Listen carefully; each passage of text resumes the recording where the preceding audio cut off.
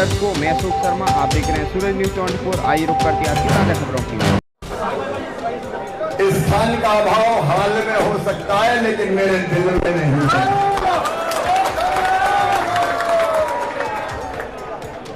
मैं देख रहा हूं कि बड़ी असुविधा में हमारे भाई बहन खड़े हैं। भांजे भांजियों का उत्साह भी जबरदस्त है और इसलिए बाद में करते हैं। जैसी व्यवस्था बैठने की होनी थी वैसी नहीं हो पाई। शायद बाहर टेंट लगा देते तो ज्यादा अच्छा होता, लेकिन कार्यक्रम तो बुद्धिजीवियों का था, लेकिन सभी आ गए। ये मेरे लिए अत्यंत सौभाग्य की बात है। मैं दोनों हाथ जोड़ के और सिर झुकाकर सबको प्रणाम करता हूं। यहां उपस्थित हमारे संयोजक रामपाल सिंह जी, हमारे लोकप्रिय विधायक आदरणीय हरि सिंह रघुवंशी जी, आत्मनो मोक्षार्थ जगत हिताय चा, आत्मा का मोक्ष और जगत के हित के लिए जिन्होंने देह धारण किया। अभी मैं बात नहीं भाई, मेरे भाई लड़ो मत। देखो मेरे बेटा, कार्यक्रम मत बिगाड़ो। देखो मेरी बात हो जान दो रे। बहुत दिनों के बाद ऐसा मौका मिला, इच्छा हो रही कि सबको दोनों बाहें फैला से गले से लगाए। हमारे संतजन सीताराम यादव जी हमारे प्रभारी। जब सीताराम जी आप खड़े हो जाओ। ये लोकसभा क्षेत्र के लिए भारतीय जनता पार्टी की तरफ से प्रभारी नियुक्त हुए हैं। हमारी नगर पालिका के अध्यक्ष शशि भाभी, हमारे जनपद अध्यक्ष नीतू जी, नाम याद हो गया हमारी बहन लीना जी, पूर्व विधायक। अब आगे की पंक्ति के नाम होगा, पीछे वालों को प्रणाम, क्योंकि नीचे वाले भी कम महत्वपूर्ण नहीं है। हमारे कांति भाई जी जैसे समाज सेवी यहाँ बैठे, पंचतत्व समिति के लोग यहाँ बैठे हैं, सार्वजनिक भोजनालय समिति के समाज सेवी बैठे हैं, अलग अलग संस्थाओं के मेरे प्रिय भाई और बहन पधारे हैं। मैं सचमुच में, हमारे यहाँ कहा है सिया राममय, सब में सिया राम है, तो मैं भी कर रहा हूं प्रणाम जोर जुग पानी। आप सबके अंतरात्मा में बैठे परमात्मा को प्रणाम करता हूं। देखिए, सृष्टि के कण कण में भगवान विराजमान है। हर एक आत्मा परमात्मा का अंश है। हर एक घट में बस वो ही समाया हुआ है। अब जब सब में वो ही है तो भेदभाव कैसा? हम सब एक चेतना के अंग हैं। मैं जब जगह जगह जाता हूं, लोग मुझे गले लगाते हैं, मैं लोगों को गले लगाता हूं। आज बासोदा में तो ऐसा गला लगाया मुझे कि हड्डियां चटक गई मेरी। भांजे दौड़े मामा। अब मामा तो थोड़ा दुबला पतला ही है, लेकिन ये प्यार अद्भुत है। और ये मैं क्यों करता हूं? इसलिए कि मैं सब में ही परमात्मा के दर्शन करता हूं। जनता की सेवा ही भगवान की पूजा है। ये जीवित जागृत देवता है। स्वामी विवेकानंद जी ने भी कहा था कि जीवित जागृत देवता, ये साक्षात जनता, यही तो असली परमात्मा है। इसकी सेवा अपने क्षेत्र की हर छोटी बड़ी खबर प्राप्त करने के लिए चैनल को सब्सक्राइब करें। सूरज न्यूज 24 गंज। और इसलिए अगर मैं किसी बेटा बेटी के चेहरे पर मुस्कुराहट ला पाता हूं तो मुझे लगता है भगवान की सेवा हो गई, पूजा हो गई। अगर मेरी बहनों के चेहरे पर भाई को देख के मुस्कुराहट आ जाती है तो मैं ये मानता हूं कि देवी माँ की पूजा हो गई। मेरे लिए हर स्त्री देवी की मूर्ति है और हर बेटी मेरे लिए देवी है। दुर्गा सप्तशती में कहा हर स्त्री देवी की मूर्तियां हैं। तो मेरी बहनों, मेरे लिए दुर्गा, लक्ष्मी और सरस्वती का स्वरूप तुम ही हो। मैं तुम्हें बार बार प्रणाम करता हूं।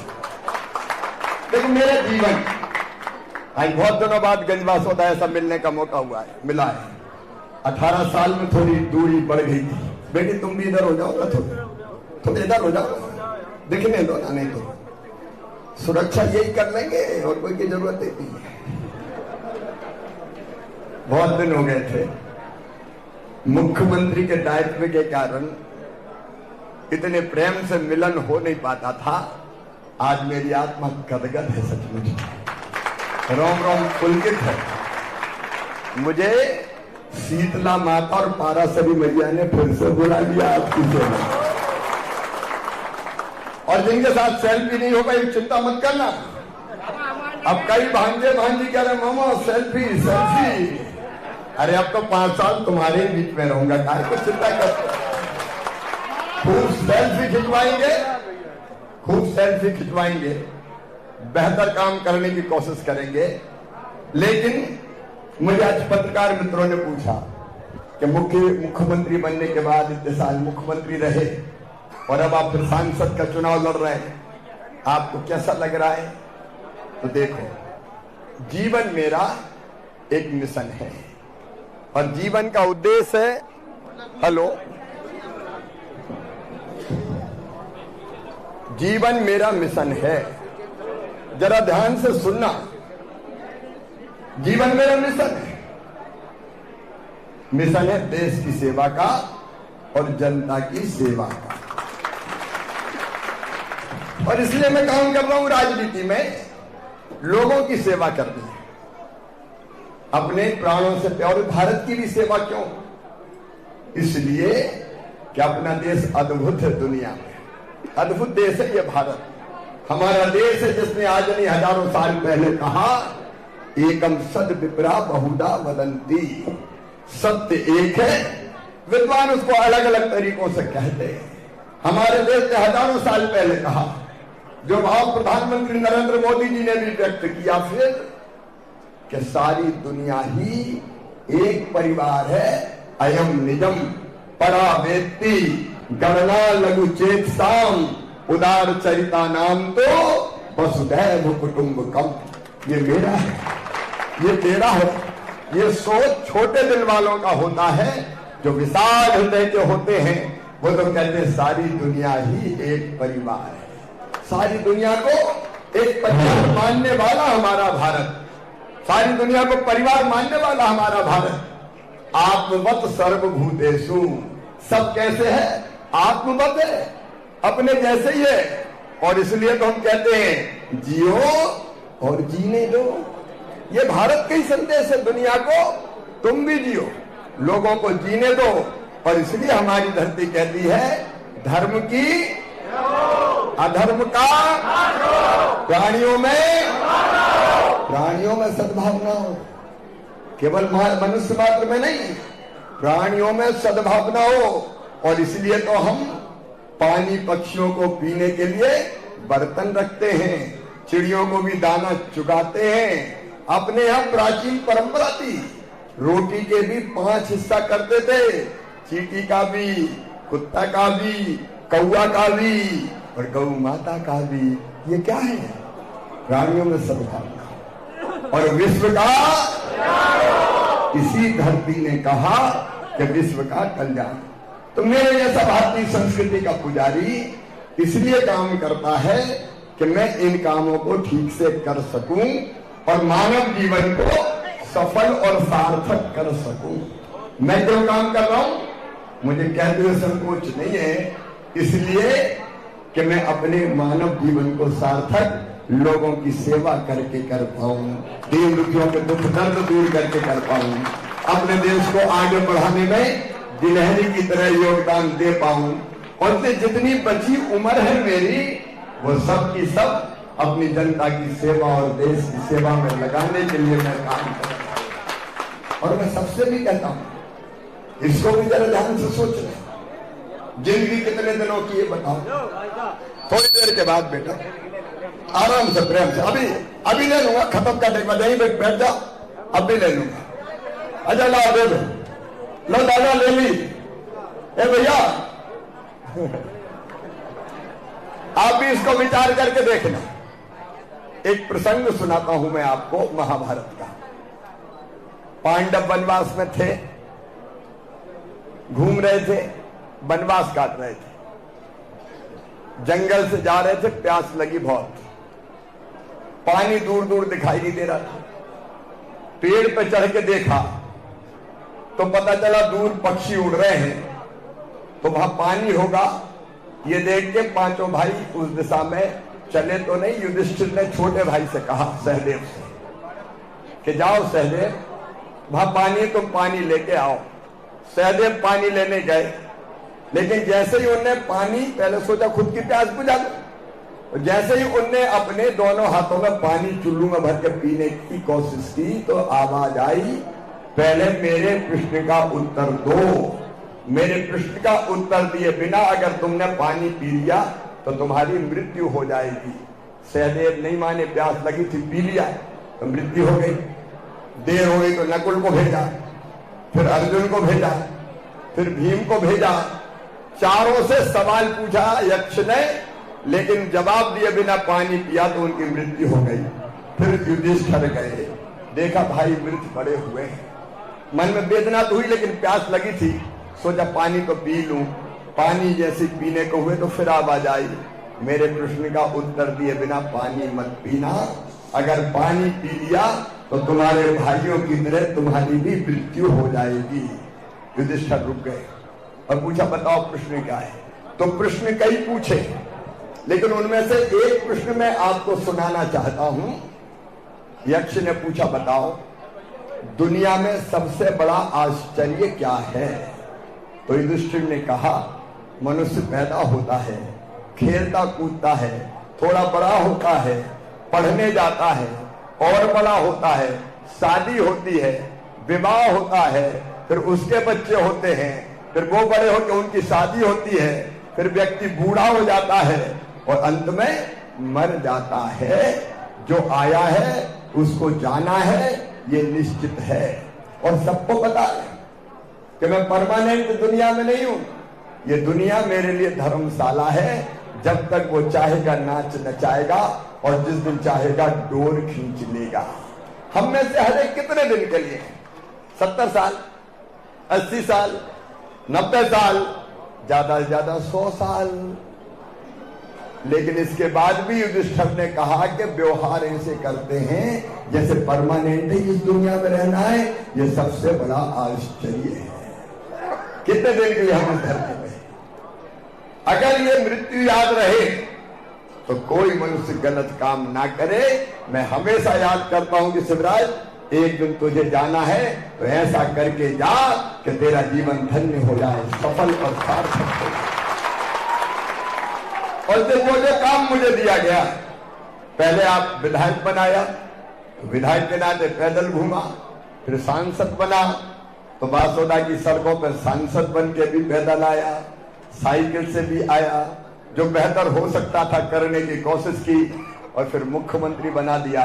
तो मैंने मुख्यमंत्री के पद का भी ना तो कभी घमंड किया और ना कोई उसका उपभोग किया।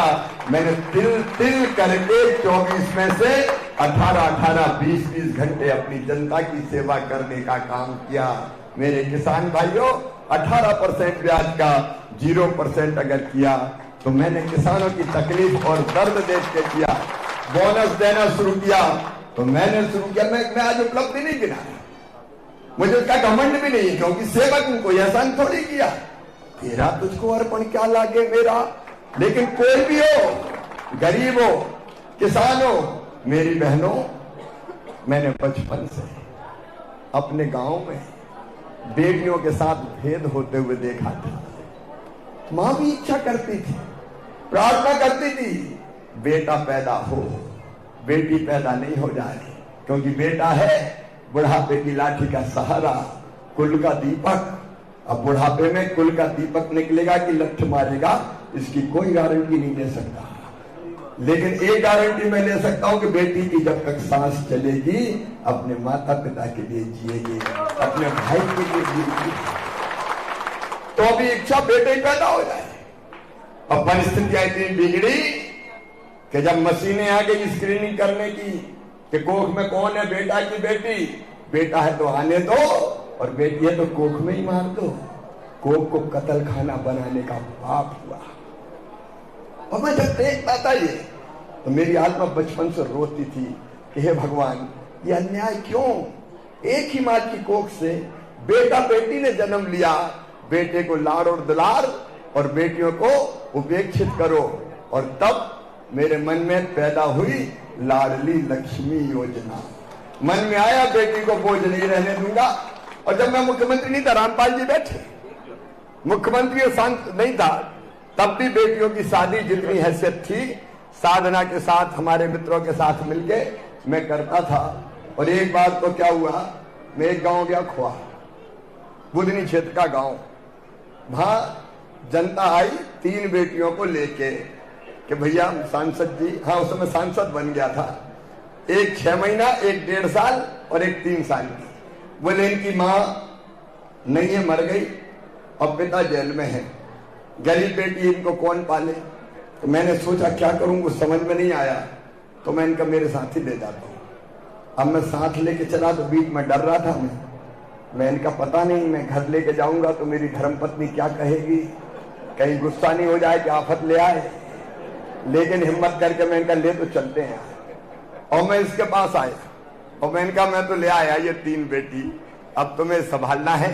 तो मुझे गर्व ये कहते हुए कि उन 3 बेटियों को खुशियों से ये सोच के कि अपने पास बेटियां आई, फिर 3 की 4 हो गई, 5 हो गई, 6 हो गई, 7 हो गई। मैं धन्य हूं कि ऐसी बेटियों को देवी मान के पालन पोषण करने का काम किया। यही तो जीवन है, जीवन में धारा क्या है। और उसके बाद योजना ही बना दी, मुख्यमंत्री बनते ही मैंने तय किया बेटियों की शादी बोझ नहीं रहेगी, इसलिए कन्यादान योजना बन गई, लाडली लक्ष्मी योजना बन गई। मैं योजना गिनाऊंगा नहीं पूरी, मेरे भांजे दौड़ते, मामा मामा अभी मिल गई स्कूटी वाली बेटियां, मामा तुमने स्कूटी दी, लैपटॉप वाले मिल गए। क्यों? कि गरीब बेटी पढ़ने में तेज है तो उसको स्कूटी पे बैठने का अधिकार नहीं है। बेटों को भी दी। अगर अच्छे बच्चे नंबर लेके आ रहे हैं तो लैपटॉप उनके पास नहीं होना चाहिए, कौन करेगा, कौन देगा? क्या गरीब घर में पैदा हो गए तो पढ़ने का हक नहीं है? अगर टैलेंट और क्षमता है तो बढ़ने का अधिकार नहीं है क्या? ये भाव दिल में आया तो मैंने मुख्यमंत्री मेधावी विद्यार्थी जैसी योजना बनाई और तय कर दिया कि मामा जब तक मुख्यमंत्री है कसर नहीं छोड़ूंगा, मेडिकल इंजीनियरिंग की फीस भी भारतीय जनता पार्टी की सरकार कराएगी। ये दिल की तड़फन में से ये योजनाएं निकलती है। और लाडली बहना क्यों निकली? इसलिए मेरी बहनों कि मैं देखता था 1500 की जरूरत है तो अब ये हाथ फैलाने पड़ते, लाओ दे दो, माए के जाना है। और पतिदेव का मूड खराब हुआ तो बोले जब देखो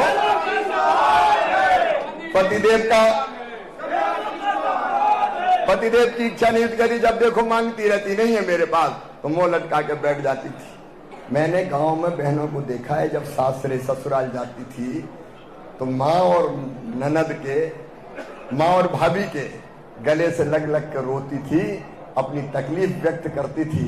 और तब मैं सोचता था कि भगवान वो दिन कब आएगा कि औरत जाति को भी मुस्कुराने का अधिकार और हक मिले, उसका अपना हक, उसका अपना अधिकार।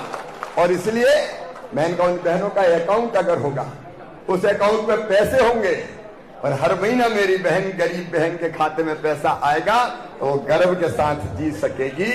जब जरूरत पड़ेगी छोटी मोटी चीज खरीद सकेगी। आधी आबादी को पूरा न्याय, ये लाडली बहना योजना का चमत्कार है। और मेरी बहनों, आज मैं राजनीतिक भाषण नहीं दे रहा, एक दृश्य और मेरी आंखों में, गांव में हम देखते थे हरी सिंह जी, बेटा बेटी को जन्म देना हो 2 दिन पहले तक काम करती थी मजदूरी, और जन्म देने के बाद 8 दिन नहीं होते थे, फटी साड़ी का टुकड़ा माथे पे बांधा और फिर बेटा बेटी को मेड़ पे धर के खेत की और मजदूरी करती थी। तब मेरी अंतर आत्मा रोती थी कि भगवान वो दिन कब आएगा कि बेटा बेटी को जन्म देने के बाद इस बहन को भी 2 महीना आराम करने का मौका मिल जाए। और तब योजना बनी, बेटा बेटी के जन्म के पहले 4000 और जन्म के बाद 12000 गरीब बहना को देने का काम करेंगे ताकि ढंग से वो आराम कर सके। तो ये योजना क्यों निकलती है? अगर तड़प सीने में होती है तब ऐसी योजनाएं निकलती है। लेकिन मैं ये कह रहा था, मुझे मुख्यमंत्री का काम दिया, मैंने दिनों रात मुख्यमंत्री का काम किया। देखिए, मेरे लिए भारतीय जनता पार्टी राष्ट्रीय पुनर्निर्माण का मिशन है। आपको काम करना है तो काम करने के लिए प्लेटफॉर्म चाहिए, मंच चाहिए। मैंने प्लेटफॉर्म और मंच चुना भारतीय जनता पार्टी। क्योंकि मैं ये मानता हूं कि देश में सर्वश्रेष्ठ पार्टी जो भारतीय संस्कृति, जीवन मूल्य, परंपरा और आदर्शों के अनुरूप चलती है वो अकेली भारतीय जनता पार्टी है। इसलिए मैं भारतीय जनता पार्टी में आया, इसलिए भारतीय जनता पार्टी का कार्यकर्ता बना। और डॉक्टर श्यामा प्रसाद मुखर्जी, पंडित दीनदयाल उपाध्याय, इनके चरणों को प्रणाम करके काम करना शुरू किया, जिनने कहा था एक देश में 2 निशान, 2 विधान और 2 प्रधान नहीं चलेंगे। पहले डॉक्टर साहब की और दीनदयाल जी की जोड़ी, फिर अटल जी की और अडवाणी जी की जोड़ी भारतीय जनता पार्टी को नई ऊंचाइयों पर ले गई। और अब प्रधानमंत्री श्रीमान नरेंद्र मोदी, अमित शाह जी और जेपी नड्डा जी की जोड़ी भारतीय जनता पार्टी को केवल आगे नहीं, पूरे हिंदुस्तान को आगे बढ़ाने का काम। मुझे गर्व है कहते हुए कि मैं बीजेपी के, क्योंकि मुझे काम करना तो प्लेटफॉर्म वो है बीजेपी। और आज गर्व है ये कहते हुए कि नरेंद्र मोदी जी युग पुरुष और युग दृष्टा प्रधानमंत्री साबित हुए हैं। दुनिया में वो सारे काम जो असंभव माने जाते थे देश में कि हो ही नहीं सकता, ये हो ही नहीं सकता। हम लोग गए अयोध्या के राम मंदिर वाले आंदोलन में, रामलला हम आएंगे, मंदिर भी बनाएंगे। लोगों को लगता था वैसे वैसे ही कह रहे हैं, कभी बनना तो है ही नहीं। लेकिन ये मोदी जी थे तो मुमकिन था। अयोध्या में भगवान श्री राम का दिव्य और भव्य मंदिर बन गया, प्राण प्रतिष्ठा की। कश्मीर की धारा 370 समाप्त हो गई, 3 तलाक जैसा कानून बन गया। कितने काम में आज एक एक काम नहीं गिना रहा। और आज भारत दुनिया की 5वीं सबसे बड़ी अर्थव्यवस्था बन गया है और मोदी जी के तीसरे काल में दुनिया की तीसरी सबसे बड़ी अर्थव्यवस्था हम बन जाएंगे। जिन अंग्रेजों ने हम पे राज किया, उन अंग्रेजों को हमने पीछे छोड़ दिया, उनसे हम आगे निकल गए। तो भारत बढ़ रहा है मोदी जी के नेतृत्व में। एक वैभवशाली भारत, एक गौरवशाली भारत, एक संपन्न भारत, एक समृद्ध भारत, विकसित भारत के निर्माण के लिए नरेंद्र मोदी जी काम कर रहे हैं। बिना छुट्टी लिए दिनों रात काम कर रहे हैं और कई ऐतिहासिक काम किए हैं, कई ऐतिहासिक उपलब्धियां हैं। और इसलिए इस काम को ही आगे बढ़ाना है। भारत आगे बढ़ेगा, दुनिया की कोई ताकत रोक नहीं सकती। आज मेरे शब्द नोट कर लेना, पूरी दुनिया को दिशा दिखाएगा अपना भारत, विश्व गुरु बनेगा भारत। वो दिन आ गए, सच में वो दिन आ गए जब भौतिकता की अग्नि में दग्ध विश्व मानवता को शाश्वत शांति का दर्शन भारत कराएगा। इसलिए हम भारतीय जनता पार्टी के कार्यकर्ता मोदी जी के नेतृत्व में काम कर रहे हैं। और एक भरोसा मैं आपको दिलाना चाहता हूं कि ये बीजेपी ही है जो देश को मुकाम पर ले जाएगी उस और जनता का कल्याण करेगी। गरीबों के लिए, पिछड़ों के लिए, उद्योग के लिए, व्यापार के लिए, देश की भलाई के लिए सारे काम होंगे। इसलिए मैं भारतीय जनता पार्टी में हूं। अब जब आप किसी मिशन को स्वीकार करते हैं तो पार्टी तय करेगी आप कहां काम करोगे। पार्टी का विधायक तो विधायक, सांसद तो सांसद, मुख्यमंत्री तो मुख्यमंत्री, और फिर कहा कि अब सांसद तो फिर से सांसद। और उस रूप में जो भी काम करने का मौका मिलेगा उसको पूरी मेहनत और ईमानदारी से मैं जी और जान से करूंगा। और इसलिए अब तो मैं आपकी सेवा के लिए आ गया हूं। और याद रखना, विदिशा, गंजबासौदा, रायसेन संसदीय क्षेत्र को अब हिंदुस्तान का आदर्श संसदीय क्षेत्र आपके साथ मिलकर बनाएंगे। ये मंच की बैठी टीम और यहाँ के बुद्धिजीवी और विचारक, मैं उनसे कह रहा हूं, हम सब मिलकर काम करेंगे साथ। हमारा अच्छा वासोदा, विकसित वासोदा, जहां उद्योग और व्यापार बढ़े, जहां खेती ठेक हो, जहां नौजवानों को रोजगार मिले, जहां बहनों की जिंदगी में नया उजियारा आए, जहां मेरे बेटा बेटी ठीक से आगे बढ़ते जाए, ऐसे बासोदा, विदिशा, रायसेन, सांची, भोजपुर, बुदनी, इछावर, खातेगांव, सिलवानी को बनाने में मैं कोई कसर नहीं छोड़ूंगा। आपके साथ मिलकर काम करूंगा, मिलकर काम करेंगे। मैं नहीं, हम काम करेंगे, हम मिलकर, हम भाई बहन, बुद्धिजीवी, समाज सेवी सब मिलकर साथ में काम करेंगे। शिक्षा के लिए, बेहतर स्वास्थ्य के लिए, पर्यावरण के लिए, रोजगार के लिए। आज उल्लेख विस्तार से मैं नहीं कर रहा हूं, लेकिन सबके लिए बेहतर काम करेंगे। और बोलिए, आपको मुझ पर विश्वास है कि नहीं? पीछे तक बताओ, विश्वास है कि नहीं? एक कांग्रेस अब दिशा नहीं दे सकती भाई। आप बताइए, कई उदाहरण देख लो। पूरा देश उल्लास में डूबा था। अयोध्या में राम मंदिर में भगवान राम लला विराजने वाले थे। सब खुश थे कि नहीं बताओ? अरे सब खुश थे कि नहीं? निमंत्रण कांग्रेस को भी दिया, सोनिया जी को भी दिया, खड़गे साहब को भी दिया, राहुल जी को भी दिया। अब बताओ, खुशी से पहुंच जाते वहां। क्या बिगड़ रहा था तुम्हारा? जाके बैठते, मीडिया तुम्हें भी दिखाता, ये भी आए, ये भी आए। लेकिन कह लगे नहीं, हम नहीं जाएंगे, हम नहीं जाएंगे। अब बताओ, जाको प्रभु दारुण दुख दे ही, बाकी मति पहले हर ले। ये विनाशकाले विपरीत बुद्धि है कि नहीं बताओ? अब कई छोड़ छोड़ के कांग्रेस चले आ रहे। पटोरी जी भी आ गए, यहां भी आ जाने वाले। काय को रहे कांग्रेस में? नीतू भी आ गए। क्या करेगी ऐसे कांग्रेस में जो राम का विरोध करते? क्या फायदा भारत है? ये छोड़ छोड़ के सब चले आ रहे हैं। और इसलिए राहुल गांधी जहां जहां जा रहे हैं, कांग्रेस का बंटाढार करते चले जा रहे हैं। एक बात बताऊं, और गांधी जी ने कहा था, आपको ध्यान होगा, गांधी जी ने कहा था कांग्रेस आजादी का आंदोलन है। आजादी प्राप्त हो गई, अब कांग्रेस को भंग कर दो, नए राजनीतिक दल बनना चाहिए। लेकिन नेहरू जी ने नहीं माना। उन्हें आजादी के लड़ाई का फायदा उठाने के लिए कांग्रेस बनाए रखी। नेहरू जी ने गांधी जी की बात नहीं मानी, लेकिन राहुल ने ठान के रखी है कि मैं गांधी जी की बात पूरा करूंगा, कांग्रेस को भंग करके ही रहूंगा पूरा। तो कांग्रेस तो उस रास्ता पे पहुंच गई। उम्मीदवार ही नहीं मिल रहे, ढूंढ रहा है रोज। कह रहे फलाना लड़ ले तो मैं लड़ूंगा, दिग्विजय लड़े तो लड़ूंगा, नहीं तो मैं काय को लड़ूंगा। हालत हो गई। और इसलिए ये कांग्रेस देश का भला नहीं कर सकती। मेरे बहनों और भाइयों, अपना विधानसभा संसदीय क्षेत्र, अपना बासौदा बनाना है। इसलिए आइए सब मोदी जी के साथ चले, भारतीय जनता पार्टी के साथ चले। और मामा भी बुरा तो नहीं है।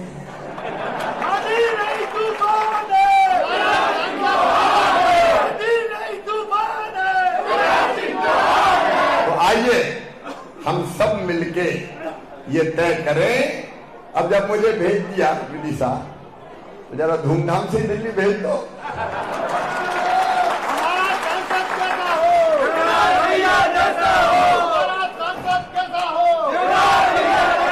अच्छा, उम्मीदवार तो मैं हूं, लेकिन चुनाव कौन लड़ेंगे ये बताओ? सब जोर से बताओ, चुनाव कौन लड़ेंगे? बहनों तुम भी लड़ोगी, भाइयों तुम भी लड़ोगे, और भांजे भाइयों तुम भी लड़ोगे। तो आइए सब मिलकर तय करें कि मामा तो निमित्त है, उम्मीदवार हम हैं। और एक काम जरूर करना, हर बार में गांव में छोटी मोटी लड़ाइयां हैं भैया, सरपंची की, पंची की, वो भूल जाना। नहीं तो रामलाल बीजेपी में जा रहा है तो श्यामलाल कांग्रेस में चले। इस चुनाव में ये मत होने देना। छोटे मोटे झगड़े द्रोहित कर दो, भूल जाओ, और सब मिलकर तय करो कि मोदी जी को प्रधानमंत्री बनाने के लिए सबसे सुंदर और खिला हुआ फूल कमल का जाएगा तो विदिशा बासौदा से ही जाएगा। और ये सारे झगड़े द्रोहित कर दो और मेरे साथ आप संकल्प करो। देखो भैया, आपको तो 7 महीने काम करना है।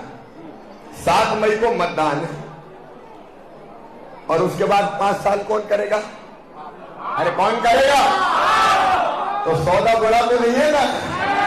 7 महीने के बाद 5 साल मैं कसम नहीं छोड़ूंगा। आपके साथ मिलके आगे बढ़ेंगे और आगे बढ़ाएंगे। बच्चों का भविष्य भी बेहतर होगा, बहनों की जिंदगी में भी। और बहनों सुन लेना, अब लखपति बहना बनाने के लिए जी जान लगा दूंगा। लखपति बहना सेल्फ हेल्प ग्रुप के माध्यम से गरीबी दूर करके भाई बहन बेटा बेटी को आगे बढ़ाना है। तो आइए नया बासौदा, नई उमंग और उत्साह के साथ नया विदिशा रायसेन बनाने के लिए आइए मोदी जी के साथ आइए, मामा के साथ आइए। बोलिए सब तैयार है? तो यही संकल्प लेके जाएंगे, सारे झगड़े मिटाएंगे, सब मिलकर एक हो जाएंगे और एक ही तरफ चलेंगे। भारतीय जनता पार्टी और शिवराज के साथ, मामा के साथ खड़े होकर अपने अपने जगह हम सब संकल्प लेंगे। मेरे साथ उठाइए दोनों हाथ, बांधिए दोनों मुट्ठी, बाहर वाले भी, और भारत माता की जय बोल के भारतीय जनता पार्टी को भारी बहुमत से जिताने का संकल्प लीजिए।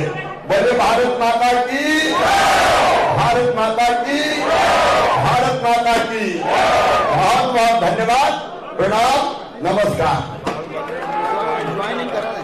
हाँ, 19 तारीख को है।